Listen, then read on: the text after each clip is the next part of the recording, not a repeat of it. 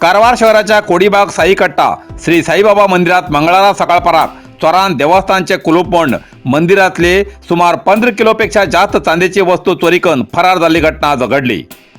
घटनास्थळार कारवार शहर पोलीस ठाण्याचे पोलीस अधिकारी भेट देऊन परीक्षण केले।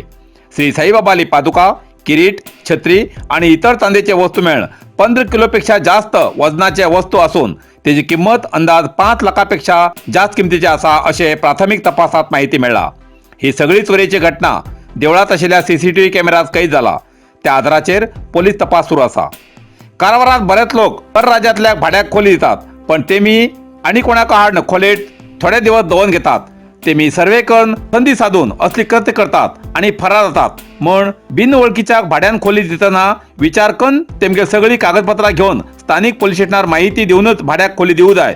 असे करण्यापेक्षा भाड्या दवरल्या मालकाचेर कारवाई करू जाय असे कारवारचे स्थानिक समाजसेवक अध्यक्ष छत्रपती शिवाजी समिती कारवार जनार्दन गांवकार हेमी सांगतात। या विषयाचेर पोलिसांनी गंभीरपणान लक्ष घालचे असे सार्वजनिकाले म्हणणे आसा।